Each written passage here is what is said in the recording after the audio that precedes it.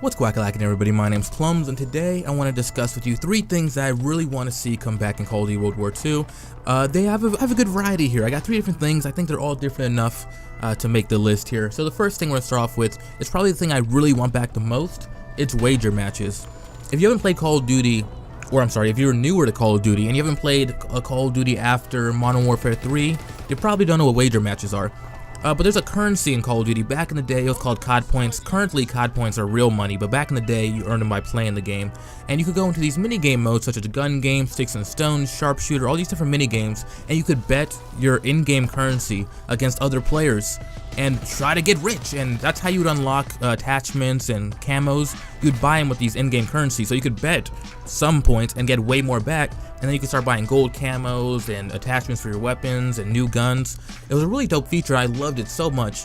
I hope they bring some sort of that back in Call of Duty World War II. They don't need a new currency, but they do have like scrap or what's the stuff you get from like winning games? I think it's scrap, right? And you can use that to make new weapons. So how about we take that same concept and you can use it to open loot boxes or buy camos or whatever you want to do with it. I just like the fact of having some sort of something on the line. It makes it more intense. Like, man, I just put 10,000 COD points into this match. I gotta really go. I gotta really win. And you could double down, and it was so much fun. It was just a really great feature. I really hope they bring it back. I don't think anybody who played wager matches back in the day would disagree. And they had different classes for you. They had like weekend gambler, weekly gambler, I think, and then like high roller, which is the big boys who would spend their money there. I never had enough COD points to play in the high rollers. I spent them all the time, but I enjoyed it nonetheless. Number 2 is something that's a little bit more tame, I think, is weapon kits. So I love the weapon kit concept rather than variants. It gives you enough variety, because sometimes I see a gun, I'm like, what gun is that? But it's not a variant. People hated Call of Duty Advanced Warfare's variant system, but it made a lot of money. People bought those loot boxes. That system makes a lot of money, those variants. And people want the new variant. Like, oh yeah, I want the BA, I want the Inferno, like I want the best gun in the game, the Obsidian Steel. People really want those things. So it makes a lot of money.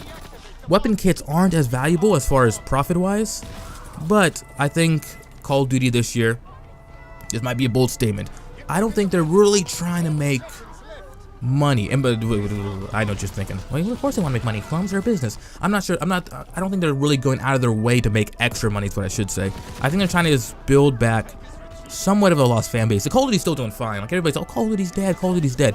Still a lot of people playing it. Either way, I think they want to kind of rebuild that core fan base around, or they're trying to get back to people that left because Call of Duty changed.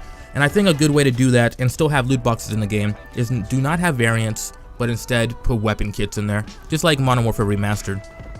That way you have a variety of different weapons, but they don't have different stats. It's kind of like the Counter-Strike Go skin system. So I don't think anybody's really upset about that system. It just gives you a little bit of customization. I don't think people are too upset about how the guns look. I know people don't want people running around in clown costumes and whatnot, but I don't think anybody really cares if you have a nice different Thompson with a different magazine. Like, I don't think people really care about that. And if they do, they probably shouldn't. It just, you know, it lets you show off yourself a little bit of personality. I'm not against it. And the last thing, this one might be debatable, but the last thing I want in Call of Duty World War II is Call of Duty Elite. I want it back. I think it was a great system. I don't know anybody who hated it, unless I just missed that whole wave of people hating it. That's why it's gone. It's probably gone because no one signed up for it. It might have been before its time. But nowadays, where everything's subscription based, you know, you can get food delivered to your door, you can get, got Netflix, you got all these different things that you can just have delivered to your door, and people don't mind paying an extra subscription, right? This might have been before its time. So if you don't know what Call of Duty Elite is, this is back in, I think the first game it worked for was Black Ops 1. But it was like fully introduced in Modern Warfare 3, if I'm not mistaken. But this is a system that had 2 different tiers. You had the free version, and then you had the subscription feature. So the subscription feature, I think it was like $49 a year, if I'm not mistaken. Yeah, $49 a year, or $50 a year.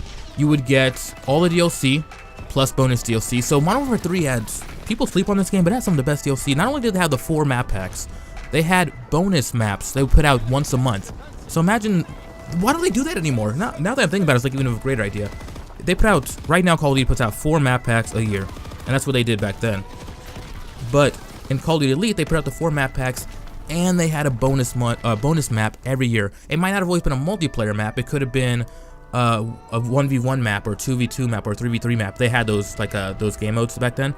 So, but there was always a new map, always something new to do, and that was great. And they could definitely do that with like weapons nowadays. Like, if you want to take $50 a month, Call of Duty, listen, man. If you want to take $50 a month from me to give me a new map every month, plus the 4 DLCs, a new map every month, maybe a new weapon, maybe a special camo every month. There's so many things you could do with that system. You already got the people's money. They're paying you $50 a month.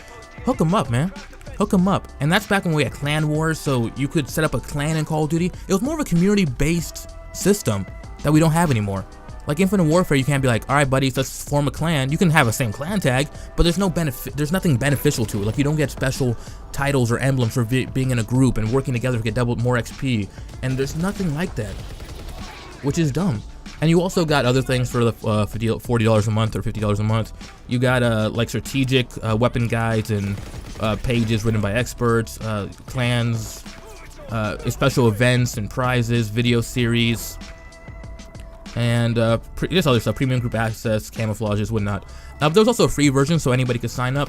And this was a great feature back in the day before everybody had capture cards. Like, I'm sure they could bring, this system's kind of useless now since everybody has either a capture card or their Xbox or PlayStation can record and upload to YouTube. But back in the day, it would allow you to record some clips and upload them to YouTube, which was really dope. And you can tag the video with all the different players in the lobby. It was really interesting. Like, it was before its time. This whole system's before its time.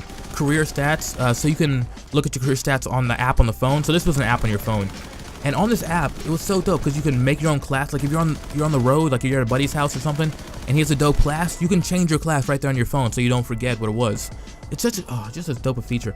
It shows like even more detailed weapon stats for your game. You can study other people's profiles. You can see their customized interests and group leaderboards and console and phone apps, creating and joining groups, and the heat maps. Can we bring back heat maps?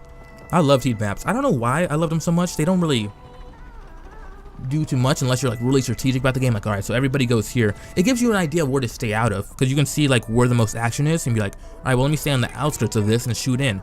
So it's really good if you're trying to up your game. Call of Duty Elite was great. I don't have no idea why they canceled it.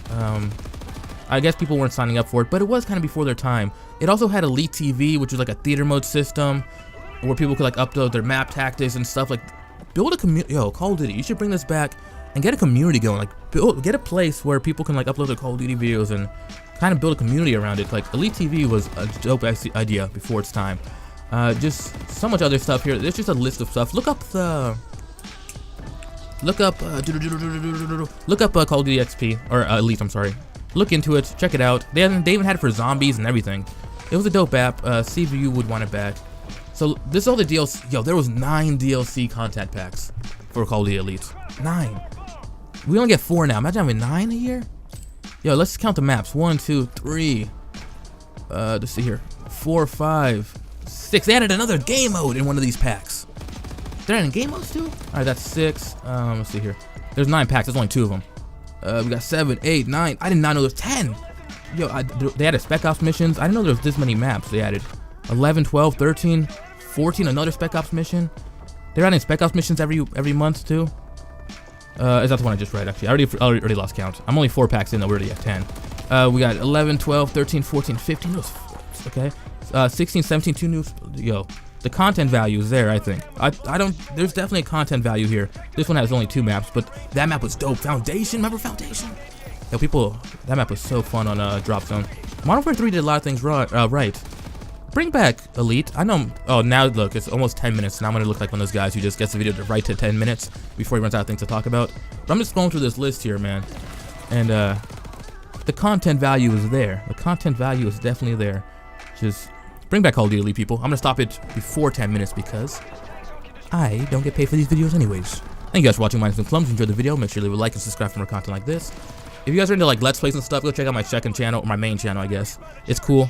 It's dead, but it's cool. A link in the description below. And I love you all. I'll see you guys next time. Let me know what you guys want in the game, because I think this is a pretty solid list I got here. These 3 things are a very solid list. Anyways, love you all. Bye, duckies.